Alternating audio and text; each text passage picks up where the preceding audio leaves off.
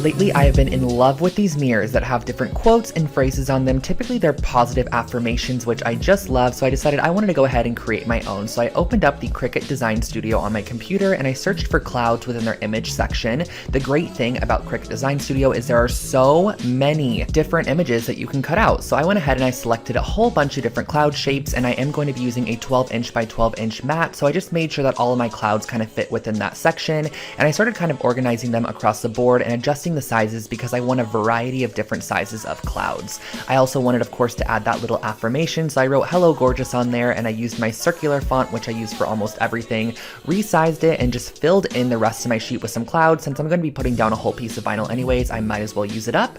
Once it is fully completed and all your clouds are down, go over all of them as shown here, right click, and then click weld. That's just going to ensure that the image cuts as shown, and then we're going to grab our material. So I'm going to be using premium vinyl textured material for this project, but the great thing about the Cricut Maker is that it honestly cuts so many materials. It actually cuts over 300 materials, from delicate pieces like crepe paper and fabric to more thicker materials like mat board, leather, and basswood, which is incredible.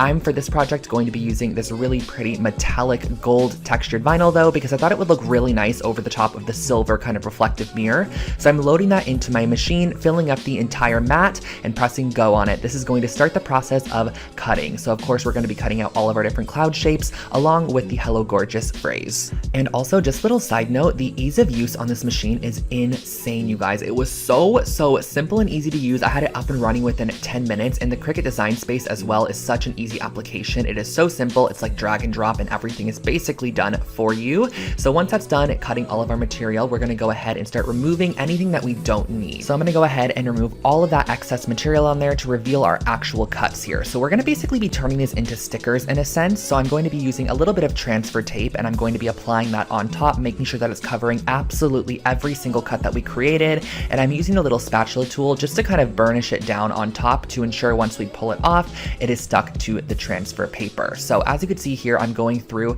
using these scissors, and I'm just going to go around and cut all of these out just so I have individual clouds to work with. This will just allow you to visualize where they could go prior to having to stick them down. So the first thing I'm starting off with is the "Hello Gorgeous" phrase, and you're just going to make sure to really press that down on the transfer tape, remove the under layer, and then press it on top of your surface using the spatula once again to transfer the vinyl material onto your mirror. So once that's transferred down, we're going to go ahead and start applying our clouds all the way around the outside. You can totally just skip the cloud portion if you want to and only do like a word phrase on your mirror if you'd like, but I wanted to go ahead and do it all around and make this piece more of a statement kind of selfie mirror, just something fun to take photos in and just something to give you a little positive affirmation for the day. So I went ahead and I applied all my clouds around the outside. You can do this with a blue material as well, which I think would be so pretty, like a sky blue if you'd like. And then once I was done with it, I went ahead and I folded over the excess vinyl from the edges, and if any of the sections were just too large to fold, I simply just cut it off, and that finished off our little cloud affirmation mirror.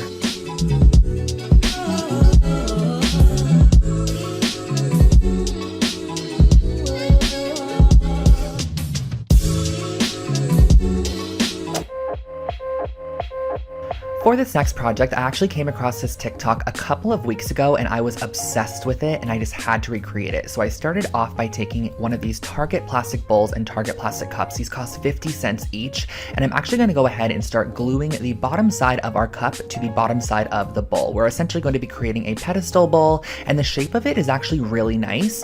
Next, she actually in her video used spray paint, but I couldn't find any spray paint that I wanted to use for this particular project, so I went in with my trusty ceramic paint that we all know and love. I used a little bit of vintage white mixed with some tan, and then of course added in a little bit of baking soda to create that thick textured look.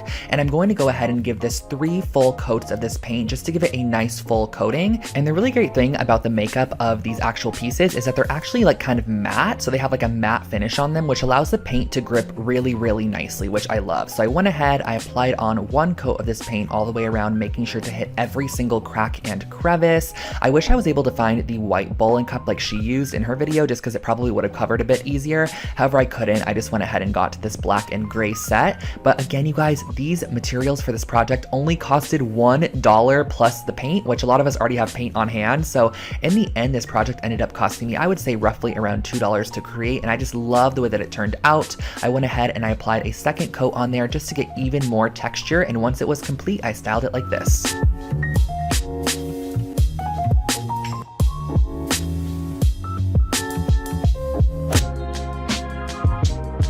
Our third project was inspired by my good friend Jen from Generation DIY, and she actually created these super cute glass mugs for drinking water, but I was like, why don't I create these for my tea and coffee? Because I already had the glass mugs on hand and I just loved her idea so much, and I had no idea this vinyl was washable, but it totally is, you guys. So I went into my Cricut design studio and create 3 different text boxes. The first one's going to say but, the second one's going to say first, and the third one is going to say coffee or tea, or it could be water, it could be a Moscow Mule, it could be whatever your heart desires. So once I had those phrases designed in the Cricut design studio, I cut out my material of choice, which is again that gold vinyl, because she used this on her project and I just love the way that the gold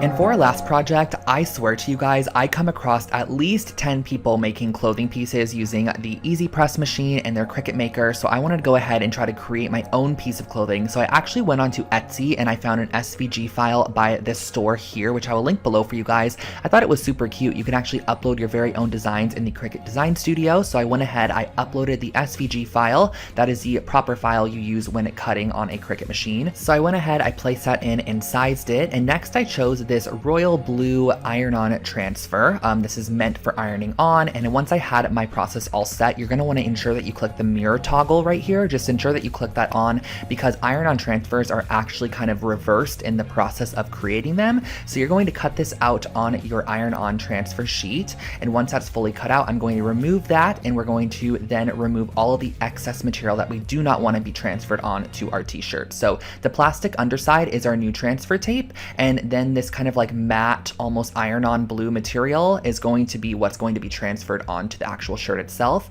So the cuts are so freaking clean on this machine, you guys. Like, it was absolutely crazy how easy this was to just kind of pick out all the little sections. It was actually very satisfying. Like, I could do this for hours. Then we go to our Easy Press. Now, if you go online and you Google Cricut heat guide, they actually have a guide that shows you everything you need to do for your Easy Press machine. So I just showed that I'm using an express iron on, and I'm also going to be using a cotton t-shirt. So it shows me that I need to be using my Easy Press machine at 300 degrees for 15 seconds. So I went ahead, I prepped my shirt to start, placed down my iron-on vinyl, making sure that the vinyl side was towards the shirt as shown here, placed my Easy Press on top, clicked the button to start the timer, and then pressed it down for 15 seconds. Once that was done, I flipped it over to the back side and did 15 more seconds, and that's all there is to it. I created this shirt in probably 10 minutes maximum, and it is so cute, you guys. I just love the way that it ended up turning out. It's super soft as well, and I also wanted to go in and create one more with a tiny little Lone Fox logo